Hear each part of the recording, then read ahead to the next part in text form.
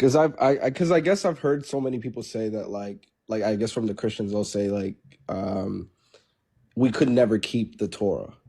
But when I read Devarim, he echoes like saying that like the instructions are not so far that they're beyond your reach. Yeah, it's not in heaven that someone should say who's going to go up or across the sea, but they're in Right. front of you and they're doable.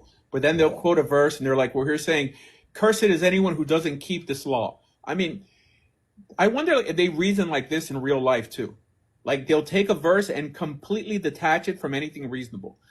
It says clearly, cursed is anyone who doesn't want to keep this law, not who fails to keep one specific aspect of the law, because we're always going to fail. And this is why we have to mention the whole notion of good enough. Being that people were called righteous after the Torah was given and Israel was even brought back from exile means that they were good enough. That's it. That's what.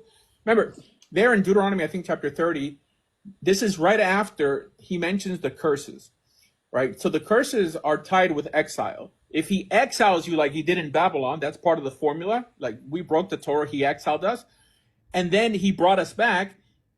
That there explains what good enough actually means.